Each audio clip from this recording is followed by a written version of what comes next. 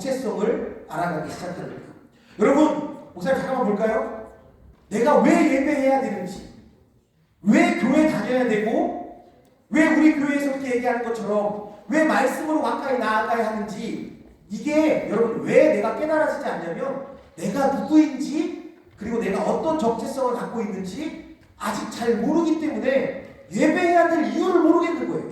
그냥 엄마가 가라 그랬으니까, 유년부부터 초등부까지 그냥 교회 나오기 시작했으니까, 우리 아빠가 집사님이시고 장로님이시고 때로는 목사님이시니까 나는 교회 나가야지, 이렇게 정체성을 모른 채, 가야 될 이유를 모른 채 교회에 나오고 있는 모습도 있다는 거예요. 여러분, 내가 누구인지 알 때 내가 해야 될 일과 하지 말아야 될 일이 정리되기 시작할 거예요. 내가 정체성을 올바로 깨달아 내가 진짜 어떠한 정체성을 갖고 있는지를 알게 되면 내가 무슨 생각을 해야 될지, 무엇을 바라봐야 될지가 올바르게 깨달아지는 거예요. 내가 모르기 때문에, 내가 누구인지 모르기 때문에, 나의 정체성을 모르기 때문에 하지 말아야 될 일들을 하고, 하지 말아야 될 말들을 하며, 하지 말아야 될 생각을 하고 있다라는 겁니다. 우리 옆에 사람한테 이렇게 한번 인사할까요? 두 눈을 째려보면서 이렇게 한번 인사할 거예요. 누구냐 너? 인사하겠습니다. 시작! 누구냐 너? 너의 정체성은 뭐냐? 누구냐 너? 옆에 사람의 정체성을 압니까? 여러분? 말씀 한 절 볼까요? 마태복음 5장 13절 14절 전반부만 보도록 할게요. 마태복음 5장 13, 14 읽어봅시다. 시작!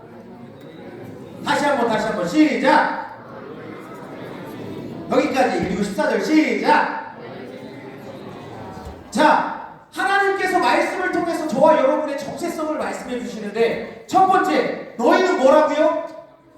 뭐라고 적혀 있어요? 너희는 소금이다. 두 번째, 너희는 빛이다. 아, 무슨 말이야? 소금이다, 빛이다. 여러분, 우리 인간들은, 저와 여러분들은, 여러분 지금까지, 내가 여기 있기까지 엄마 뱃속에서 혼자 성장해서, 혼자 태어나서, 혼자 밥 먹고, 혼자 옷을 사고, 혼자 여기까지 온 사람 손 들어봐요. 난 아무런 도움 없이, 그 누구의 힘도 없이, 그 누구의 가르침도 없이 여기까지 혼자 와 있다. 교만한 사람 손 들어봐요. 그 교만한 사람. 손 들어온 사람 왜 내렸어요? 다시 한번. 네, 여러분, 우리들은 엄마 뱃속에서부터 혼자 생성된 게 아니라 엄마 아빠가 뜨겁게 사랑해서 내가 엄마 뱃속에 잉태됐고, 엄마 뱃속에서 10달을 넘게 영양분을 받으면서 보호 아래 커서 엄마 뱃속에서 태어나서 어린 시절을 지나 지금까지 성장하게 된 거예요. 조금 어려운 말 쓸게요. 그래서 우리들의 인생은 독립적인 존재가 아니라 어떠한 존재냐면, 따라해봅시다. 의존적인 존재. 다시 한번, 의존적인 존재. 나 혼자 독립적으로 살아갈 수 있는 존재가 아니라 누군가의 도움으로 말미암아, 누군가의 의존으로 말미암아 내가 성장하고 나아갈 수 있는 존재라는 거예요. 그래서 여러분, 오늘 성경에서 이야기하는 것처럼 우리의 정체성을 올바로 알려면 누구를 통해서 깨달을 수 있냐면, 우리를 지으신 하나님으로 말미암아 우리의 올바른 정체성을 알 수 있다는 거예요. 내가 내 스스로를 고민하면서 나의 정체성을 뭘까 하고 답을 얻는 게 아니라, 마치 거울을 보듯이 하나님을 바라봐야만 하나님으로부터 올 수 있는 정체성을 올바르게 깨달을 수 있다라는 거예요. 목사님 한번 따라해 볼게요. 너희는 양이다. 시작! 너희는 나의 백성이다. 시작! 저 잘 따라하고 있어요. 너희는 나의 자녀이다. 시작! 마지막, 너희는 나의 친구이다. 시작! 먼저 하나님 안에서 우리의 정체성을 하나님께서 말씀해 주시는데, 뭐라고 말씀하시냐면, 너희는 양이야, 너희는 백성이야, 너희는 자녀야, 너희는 친구야 라고 말씀하고 계세요. 이 말은 무엇이냐면, 하나님과 관계 안에서 형성되는 나의 정체성 첫 번째예요. 하나님이 나의 목자가 되시니까 내가 양이 되는 거예요. 하나님이 나의 왕이 되시니까 내가 그분의 백성이 되는 거예요. 하나님이 나의 아버지가 되시니까 내가 그분의 자녀가 되는 거고, 하나님이 나를 친구 삼아주셔서 내가 그분의 친구가 될 수 있는 거예요. 이것이 바로 하나님과의 관계 안에서 이루어지는 우리들의 정체성. 근데 오늘 말씀을 보면 이 하나님과의 관계 안에서의 정체성을 이야기하는 게 아니라, 저 문 밖을 나가서부터 시작되는 세상에서의 저와 여러분의 정체성을 이야기하고 있어요. 마태복음 5장 13절인데 한번 읽어봅시다. 전체를 마태복음 5장 13절 내가 넣을까요? 합시다. 좋습니다. 읽어봅시다. 시작! 안돼 다시 이렇게 하면 제 시간에 안 끝낼 거예요. 12시까지 넘어갈 겁니다. 크게 따라야 일찍 끝납니다. 다시 한번 시작! 너무 치사한 거 아니야? 일찍 끝난다니까 크게 읽고 다시 한번 크게 시작! 소금이 만일 그 맛을 잃으면 무엇으로 짜게 하리요? 후에는 아무 쓸데없어 다만 밖에 버려져 사람에게 밟힐 뿐입니다. 여러분 소금 먹어봤어요? 많이 먹어봤어요? 바닷물 먹어봤어요? 맛있어요? 짜요? 짜요. 여러분 소금의 역할이 있어요. 소금의 참 역할. 첫 번째, 소금에 무슨 역할이 있을까요? 뭐라고 다들 크게. 소금의 역할. 맞히는 사람 선물 줄게요. 소금의 큰 역할 첫 번째. 뭐라고? 간을. 오, 박수 한번 쳐줘요. 간을 맞춰주세요. 두 번째 역할. 방부제 역할. 생선이나 이런 거에 뭐 뿌려요? 소금 뿌리죠. 뭐 하지 말라고? 썩지 말라고. 썩은 걸 좀 늦추기 위해서 방부제의 역할을 하는 게 소금입니다. 크게 두 번째 역할이 있어요. 두 가지 역할이 있어요. 아까 1부 때는 어떤 친구는 정말 똑똑한 얘기 하더라고요. 얼려버립니다 라는 얘기를 하는데 굉장히 과학적이었어요. 그런 역할도 있어요. 근데 가장 두드러지는 역할은 첫 번째는 뭐라고요? 간을 맞춰요. 맛을 내고요. 두 번째는 방부제의 역할, 부패를 방지하는 역할을 합니다. 우리는 첫 번째를 볼 거예요. 바로 뭐냐면 소금은 맛을 낸다는 거예요. 여러분 소금이 맛을 낸다는 의미 때문에 우리가 음식을 만들 때 소금을 왕창 넣었다고 생각해보세요. 그 음식이 맛있을까 맛없을까? 다시 한번 맛있을까 맛없을까? 맛없는 걸 뛰어넘어 바로 버려버릴걸요? 너무 짜서. 소금이 맛을 내는 역할을 한다, 간을 내는 역할을 한다고 해서 소금을 많이 넣으면 그 음식 맛이 짜지듯이 소금은 제맛을, 그러니까 맛만 이끌어내는 것이 아니라 그 음식의 본연의 맛을 이끌어내는 것을 역할을 하는 것이 바로 소금의 역할입니다. 쉽게 말하면 여러분 가운데 하나님이 너희들은 세상의 소금이야 라고 얘기하는 것의 참 의미는 세상에 가서 짠맛을 내라는 의미가 아니라 세상에 가서 제맛을 내라는 의미를 하나님께서 말씀하시는 거예요. 소금이 된 내가 집에 가면 나 때문에 짠맛이 나는 게 아니라 제맛이 나는 거예요. 내가 소금의 역할을 올바르게 감당하면 집에 갈 때마다 엄마 아빠가 너 때문에 내가 미치겠다가 아니라 엄마 아빠가 너 때문에 살겠다. 이 축복의 말이 있는 거예요. 내가 소금의 역할을 올바르게 감당하면 내가 학교에 가면 나 때문에 친구들의 관계가 원만해지는 제맛의 역할을 내는 거예요. 이게 소금의 진정한 역할이고 하나님께서 저와 여러분을 세상 가운데 부르신 정체성의 첫 번째 목적이 된다는 거예요. 두 번째 한번 우리 마태복음 5장 14절인데요. 이렇게 눌러야죠. 읽어봅시다. 시작! 다시 작아졌어. 다시 한번 시작!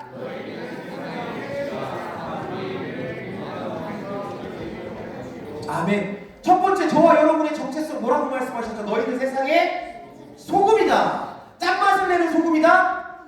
아니요. 제맛을 내는 소금이 돼야 된다라고 말씀하셨어요. 두 번째 뭐라고 말씀하십니까? 너희는 세상의 빛이다. 여러분 지금 여기 밝아요 안 밝아요? 옆에 사람의 잘생긴 얼굴, 이쁜 얼굴이 보여요 안 보여요? 이쁜 사람이 없어요? 잘 모르겠어요?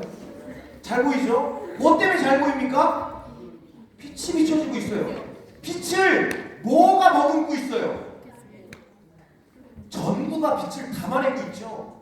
다시 말해서 너희는 세상의 빛이다라는 말은 너희 자체가 빛이라는 말씀이 아니라 빛 대신 하나님께서 우리 속에 들어옴으로 말미암아 내가 그 빛을 반사시키는 전구와도 같은 반사체의 역할을 감당한다는 거예요. 저와 여러분을 그 반사체의 정체성으로 부르셨다는 거예요. 다시 말해서 어둠이 가득한 그 세상 가운데 여러분의 정체성을 올바르게 말씀해 주시면서 그곳 가운데 부르셔서 전구의 역할을 감당하는 거예요. 빛 대신 하나님으로 말미암아 내가 그 빛을 담아내는 전구가 되어서 그 어둠이 가득한 그곳 가운데 나로 말미암아 빛을 드러내라고 하나님께서 말씀하여 주셨다라는 거예요. 우리 말씀 하반절을 보면 목사님 한번 따라해 볼까요? 동네가 시작. 더 크게 동네가 숨겨지지 못할 것이요. 다시 한번 동네가 숨겨지지 못할 것이요. 여기서 이야기하는 이 숨겨지지 못하다라는 의미는 헬라어 단어를 보게 되면 목사님 따라해 볼게요. 두나미스 시작. 다시 한번 두나미스 시작. 두나미스라는 뜻은 이 글자의 이 단어의 어원을 찾아보면 지금 우리가 사용하고 있는 단어 중에 하나인데요. 여러분 다이나마이트라고 알아요? 다이나마이트 설치해서 꾹 누르면 어떻게 되는 거? 빵! 터져버리는 거. 이 다이나마이트의 어원이 바로 두나미스라는 뜻이에요. 그래서 이 두나미스는 폭발하다라는 의미가 있어요. 여기에서 이야기하는 동네가 숨겨지지 못한다라는 단어가 바로 이 두나미스예요. 다시 말해서 하나님께서 저와 여러분에게 정체성을 말씀해 주셨는데 소금 플러스 빛을 담아내고 반사시키는 전구가 되어서 우리가 세상 가운데 나아갈 때 정체성을 올바로 깨달아 나아가는 저와 여러분으로 말미암아 그 세상에 하나님의 은혜로 폭발한다라는 거예요. 우리 가정이 그 하나님의 능력으로 말미암아 하나님의 감사를 은혜로 말미암아 폭발하는 축복이 있다라는 거예요. 누구 때문에? 그 정체성을 올바로 깨닫고 나아가는 저와 여러분 때문에. 이해가 되세요? 하나님께서 이것이 저와 여러분에게 부여해 주신 정체성이라는 거예요. 이 정체성을 올바르게 알고 그분 앞에 나아갈 때 여러분 우리들의 예배는 달라질 거예요. 반주 좀 해주시겠습니까? 끝났어요. 목사님 잠깐만 봅시다. 이제 잠깐만 1분만 목사님한테 시간을 줄게요. 1분만 딴 생각하지 말고 딴짓하지 말고 고개 잠깐만 들어. 부탁이야. 한 번만 빌게. 잠깐만. 목사님 가봐. 한 번만. 목사님 들어봐. 눈싸움 하자. 목사님 가봐. 해달씨 잠깐 나와서 반주 좀 해주시고요. 자, 말씀 끝났어요. 기도할 건데요. 목사님 잠깐만. 눈 딴 데 돌리면 안 돼. 옆에 사람 잠깐만 쉬고. 잠깐만. 1분만. 목사님 봐요. 따라합시다. 나의 정체성 시작. 첫 번째 뭐라 그랬죠? 하나님이 나를 뭐로 부르셨다고? 소금으로 부르신다. 소금의 역할은 뭐라고요? 제맛을 낸다는 거죠. 너희가 가정에서 학교에서 학원에서 멀리 조금만 주세요. 학원에서 정체성의 역할을 올바로 깨닫고 그렇게 살아가면 여러분 때문에 가정에 제맛이 나요. 여러분 때문에 학교에 제맛이 나는 거예요. 두 번째로 빛으로 부르셨는데 내가 그 정체성을 깨달아서 정말 빛 대신 주님을 머금고 전구의 역할, 반사체 역할을 감당하면 여러분 때문에 어둠이 가득한 여러분의 가정에 빛이 비춰줄 거예요. 시간이 좀 가서 빨리 끝내야 되는데 한마디만 할게요. 목사님은 믿는 집에서 태어나지 않았어요. 네, 건반만 작게, 최대한 작게. 믿는 집에서 태어나지 않았어요. 목사님이 처음 교회를 다니기 시작했어요. 중학교 2학년 때. 지금 여러분 시기 때. 교회에서 예배하는 게 너무 좋았어요. 솔직히 얘기하면 노는 게 좋았어요. 형들하고 맨날 축구하고 놀고 장난치고 그래서 맨날 주일날에는 아침 일찍 교회 가서 형들하고 놀고 예배하고 놀고 또 예배하고 하느라 저녁까지 집에 안 갔었어요. 그렇게 신앙생활을 했어요. 그런데 목사님의 집은 어땠냐면 지옥 같았어요. 찢어지게 가난하고 부모님은 맨날 싸워서 한순간도 싸우지 않는 일이 없었어요. 늘 때려 부시고 창문을 열어 막 테레비도 던지는 적도 있었어요. 그 정도로 지옥 같은 집이 우리 집이었어요.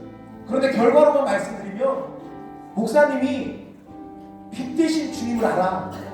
소금으로 나를 불러주신 주님을 깨달아 빛으로 소금으로 살려고 노력하며 예배하며 나아갔더니 지금은 우리 집이 천국이 됐어요.